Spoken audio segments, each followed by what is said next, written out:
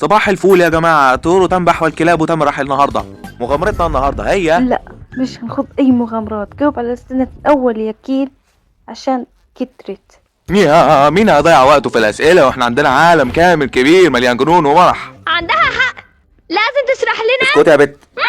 استنى. بصوا باختصار كده، أنا مش هشرح لكم أي حاجة. بس احنا محتاجين وقت عشان نستوعب اللي حصل. أنا شايف إن احنا نقول طز في اللي حصل ونبدأ المغامرة.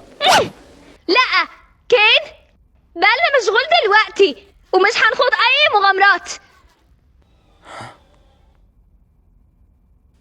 أنا فاهم. ومن إمتى إن شاء الله وأنت اللي بتأمري هنا؟ هو أنتوا مش واخدين بالكم من كمية الجهد اللي أنا ببذله عشانكم؟ وكل اللي بعمله علشان ما تحصلش مشاكل والدنيا تبقى كويسة؟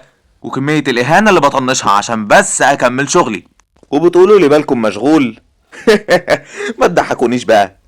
أنا عملت لكم مغامرة جديدة ولازم تشاركوا فيها لمصلحتكم. طيب ولو رفضنا؟ يبقى رسالتي مش واصلاكوا وخلاص.